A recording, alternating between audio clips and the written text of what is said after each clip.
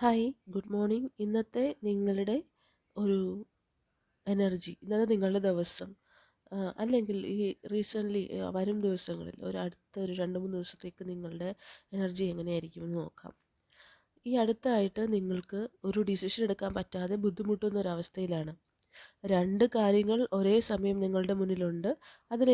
ഏത് കാര്യം തിരഞ്ഞെടുക്കണമെന്ന് നിങ്ങൾക്ക്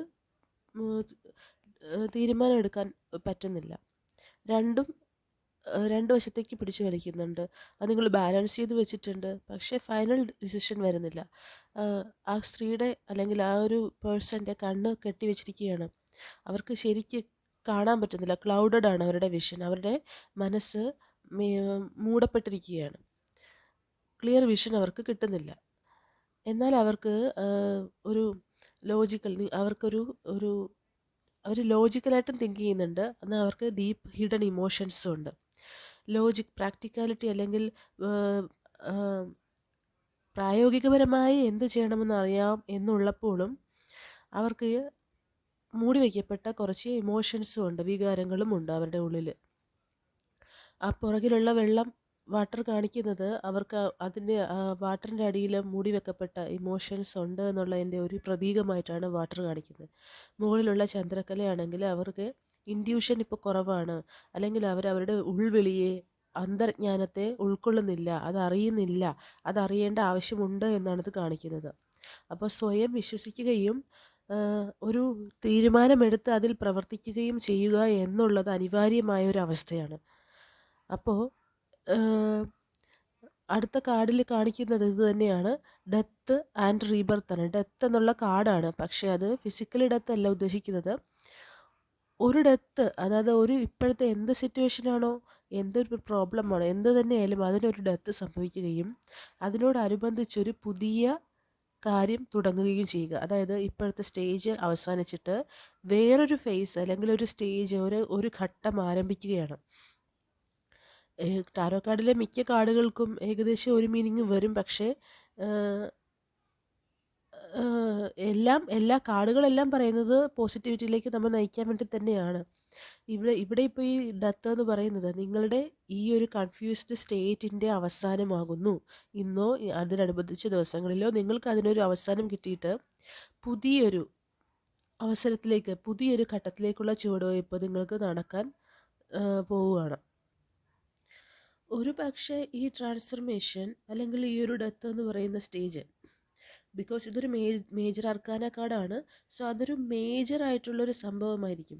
അപ്പോൾ ഈ 2-3 ദിവസങ്ങളെന്നുള്ളത് ചിലപ്പോൾ നീണ്ടും വരാവുന്നതാണ്. കാരണം അതൊരു മറ്റുള്ള കാർഡ് പോലെയല്ല, ഇതൊരു മേജർ അർക്കാന കാർഡായതുകൊണ്ട് ഒരു ലൈഫിലെ ഒരു സ്പെഷ്യൽ ഒരു ട്രാൻസ്ഫർമേഷൻ പീരീഡ് തന്നെയായിരിക്കും. അപ്പോൾ നിങ്ങളുടെ ആ കൺഫ്യൂസ്ഡ് സ്റ്റേറ്റ് എന്ത് തന്നെ റിലേറ്റഡ് ആയിട്ടാണെങ്കിലും നിങ്ങൾക്ക് അത്രമേലൊരു പ്രോബ്ലമാറ്റിക്കും നിങ്ങളുടെ പ്രോഗ്രഷനെ തടയുന്ന രീതിയിലും സ്റ്റക്ഡ് സിറ്റുവേഷനിലാണ് നിർത്തിയിരുന്നെങ്കിൽ അതിൻ്റെ മാറ്റമെന്ന് പറയുമ്പോൾ ഒരു പ്രത്യേക മാറ്റം തന്നെയായിരിക്കും, എടുത്തു പറയത്തക്കൊരു മാറ്റമായിരിക്കും. അപ്പോൾ നിങ്ങൾക്ക് ആദ്യം ചിലപ്പോൾ ഒരു ഒരു ഒരു ഒരു ഒരു പെയിൻഫുൾ സിറ്റുവേഷനായിട്ട് ഫീൽ ചെയ്തേക്കാൻ സാധ്യതയുണ്ട്. എല്ലാവർക്കുമല്ല, ചിലർക്ക് വളരെ സന്തോഷകരമായിട്ടുള്ള എളുപ്പത്തിലുള്ളൊരു മാറ്റമായിരിക്കും. എന്നാൽ വളരെ മറ്റു ചിലർക്ക് അതൊരു ബുദ്ധിമുട്ടുള്ളൊരു ഫേസായിട്ട് തോന്നിയേക്കാം. കാരണം ഈ കാർഡിൽ തന്നെ കുറച്ച് പേര് മാറ്റം വന്നപ്പോൾ അല്ലെങ്കിൽ ഡെത്ത് വന്ന് വീണ്ടും മരിച്ചുപോയി. ആ ഒരു മാറ്റം വരുമ്പോൾ അത് അങ്ങനെ ആവാതെ വീണ് കിടക്കുന്നു. ചിലർ അത് മാത്രമാണ് അതിനെ വെൽക്കം ചെയ്യുന്നത്.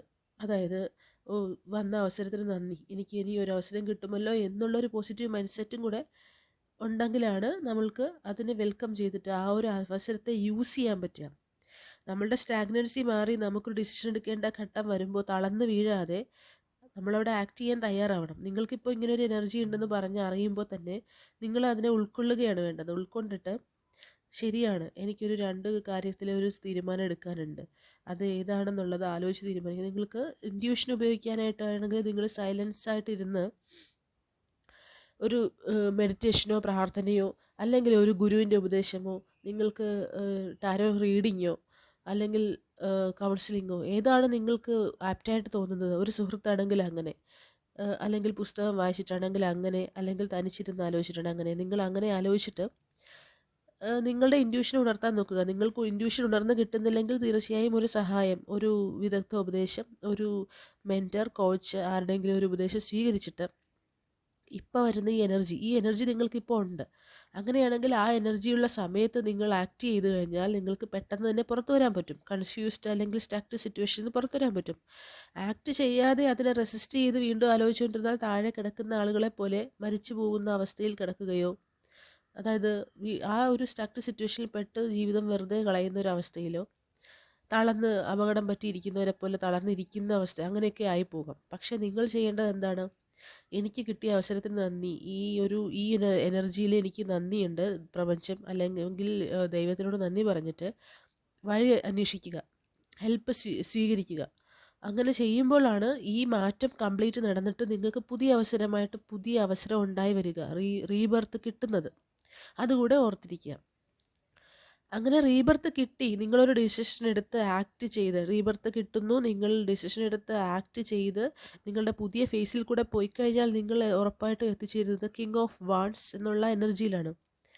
നിങ്ങൾ എടുത്ത തീരുമാനത്തിൽ ഉറച്ചു നിന്ന് അതിൽ വർക്ക് ചെയ്ത് ആ ഒരു ഏരിയയിൽ കീഴടക്കി രാജാവായി മാറുന്ന ഒരവസ്ഥയാണ്.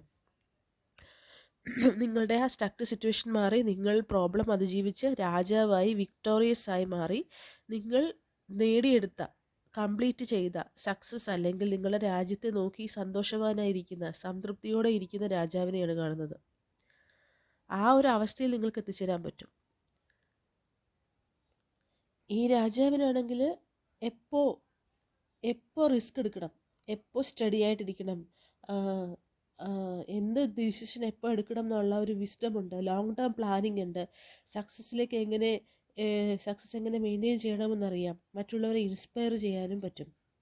ആ ഒരു കഴിവുള്ള ഒരാളിലേക്കുള്ള ദൂരമാണ് നിങ്ങളിപ്പോൾ, ആ ഒരു ആളിലേക്കുള്ള ഒരു എത്തിച്ചേരലിലാണ് നിങ്ങൾ തയ്യാറായിരിക്കുന്നത് ഇപ്പോഴത്തെ എനർജിയിൽ. അപ്പോൾ നിങ്ങളിപ്പോൾ എടുക്കേണ്ടത് ഒരു ഡിസിഷൻ എടുക്കുക എന്നുള്ള ഇതും ഒരു ആക്ടിങ്ങും, ഒരു ഡിസിഷൻ എടുത്തിട്ട് അതിൽ പ്രവർത്തിച്ചു തുടങ്ങുക എന്നുള്ളതാണ്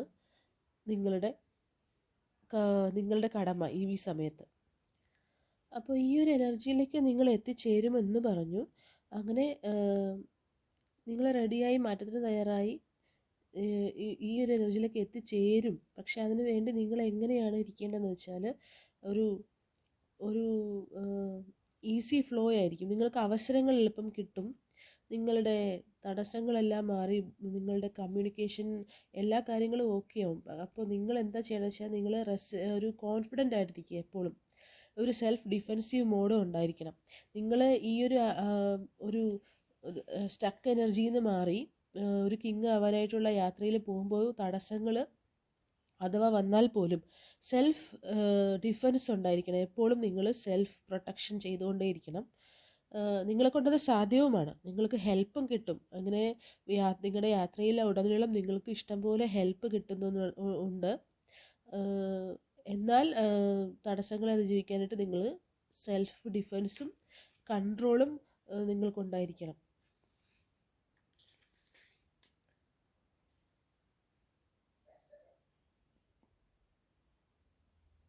നിങ്ങൾക്ക് കാര്യങ്ങളെല്ലാം ഈസി ആയിട്ട് തന്നെ അൺഫോൾഡ് ചെയ്ത് കിട്ടുന്നതായിരിക്കും.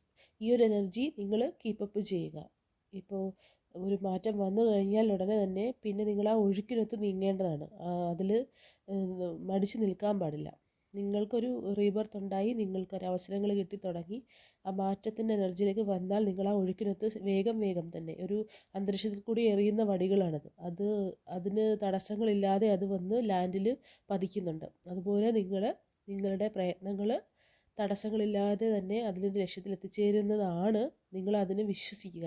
അങ്ങനെ തന്നെയാകുമെന്ന് വിശ്വസിച്ച് വേണം ഓരോ പ്രവൃത്തിയും ഓരോ ആക്ഷനുകളും ചെയ്തുകൊണ്ടിരിക്കാൻ.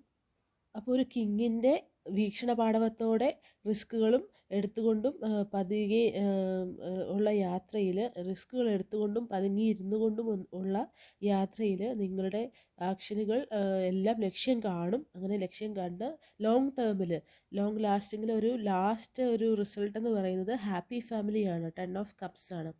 ഒരു മഴവില്ലിൽ 10 കപ്പുകൾ നിറഞ്ഞിരിക്കുകയാണ്. താഴെയുള്ള ഒരു ഫാമിലി അവരുടെ ഡീപ്പ് ഷെയർഡ് ബോണ്ടിങ് കാണാൻ പറ്റും. അതായത് നിങ്ങൾ ഉദ്ദേശിക്കുന്ന നിങ്ങളുടെ ഫിനാൻഷ്യൽ അല്ലെങ്കിൽ കരിയർ ബേസ്ഡ് ആണെങ്കിൽ അവിടെയും നിങ്ങൾക്ക് ഹാപ്പി ആയിട്ടുള്ള ഒരു എൻഡിങ് ആണ് കിട്ടുക. ഷെയർഡ് ആയിരിക്കും നിങ്ങളുടെ സക്സസ് നിങ്ങൾ മറ്റുള്ളവരോട് ഷെയർ ചെയ്യുന്ന ഒരു ലെവലിലായിരിക്കും നിങ്ങൾ എത്തിച്ചേരുക. നിങ്ങൾ ഒരു കിങ്ങായിട്ട് ഒറ്റയ്ക്കിരുന്ന് നിങ്ങളുടെ പ്ലാനിങ്ങുകൾ നടത്തി വിജയിക്കുന്ന ഒരാളിനപ്പുറം നിങ്ങളുടെ സക്സസ് കൊണ്ട് നിങ്ങളൊരു മറ്റുള്ള കുറേ പേർക്ക് കൂടി സന്തോഷം പകർത്തു കൊടുക്കുന്നതായിട്ടാണ് കാണുന്നത്. ഒന്നെങ്കിൽ അത് നിങ്ങളുടെ സ്വന്തം ഫാമിലി ആയിരിക്കാം, അതായത് നിങ്ങളുടെ പേഴ്സണലായിട്ട് നിങ്ങൾ ഓൺ ചെയ്യുന്ന ഒരു ഫാമിലി, പഴയതോ പുതിയതോ ആയ ഒരു ഫാമിലി, അതിൽ സക്സസ് ആയിരിക്കും. അല്ലെങ്കിൽ നിങ്ങളുടെ സബോർഡിനേറ്റ്സ്, നിങ്ങളുടെ പാർട്ട്നേഴ്സ്, നിങ്ങളുടെ ഓഫീസ് സ്റ്റാഫ് അല്ല അവരുമായിട്ട് എൻജോയ് ചെയ്യുന്നതായിരിക്കാം. അതല്ലെങ്കിൽ നിങ്ങൾ സമൂഹത്തിന് ചെയ്യുന്ന നന്മയായിരിക്കാം. എങ്ങനെയായാലും നിങ്ങൾക്ക് ഹാപ്പിനെസ് സ്പ്രെഡ് ഷെയർ ചെയ്യാൻ പറ്റും. ഗ്രോത്ത് അബണ്ടൻസ് ഉണ്ടാക്കാൻ പറ്റും. ഗ്രീനറി വാട്ടർ ഇമോഷൻസ് ഉള്ളതാണ്.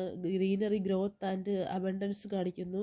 കുട്ടികൾ പ്ലേ ചെയ്യുന്നു. പ്യുവർ ഹാപ്പിനെസ് ആണ്. പ്യുവർ ഹാപ്പിനെസ്, ഷെയർഡ് ഹാപ്പിനെസ്, അതാണ് നിങ്ങളുടെ അൾട്ടിമേറ്റ് റിസൾട്ടായിട്ട് വരാൻ പോകുന്നത്. അതിൽ സ്റ്റെബിലിറ്റി, ലോങ് ലാസ്റ്റിംഗ് ആണ്. ലോങ് ലാസ്റ്റിംഗ് ലവ് ആയിരിക്കും. നിങ്ങളുടെ ഒരു ഐഡിയ അല്ലെങ്കിൽ നിങ്ങളുടെ ഒരു സക്സസ്, അതിൻ്റെ സക്സസ് മറ്റുള്ളവർക്കും കൂടി ഒരു സക്സസ് കൊടുക്കുന്ന ഒരു അവസ്ഥയിലേക്ക് എത്തിച്ചേരും. അപ്പോൾ ഇത്രയും നല്ല ഒരു എൻഡിങ്ങിലേക്കാണ് എത്തിച്ചേരുന്നത്. ഇപ്പോൾ തുടക്കത്തിൽ നിങ്ങൾക്ക് എന്ത് തന്നെ ഒരു അസ്വസ്ഥതകൾ അനുഭവപ്പെട്ടിരുന്നാലും അതിനെ ഫേസ് ചെയ്ത് ഹെൽപ്പ് സ്വീകരിച്ച് മുന്നോട്ട് നടക്കാൻ തയ്യാറായാൽ മാത്രമേ നിങ്ങൾക്കിവിടെ എത്തിച്ചേരാൻ പറ്റുള്ളൂ. പകരം തളർന്ന് വീഴുകയാണെങ്കിൽ അവിടെ കൊണ്ട് നിങ്ങളുടെ ആ എനർജിയും നിന്നു പോകും, പുരോഗതിയിലേക്കുള്ളൊരു അവസരവും നിന്നു പോകും. അപ്പോൾ നിങ്ങൾക്ക് എല്ലാവർക്കും ഞാനൊരു നല്ല സമയം അല്ലെങ്കിൽ മുന്നോട്ടുള്ള ഒരു സക്സസ് നേരുന്നു. ശുഭദിനം.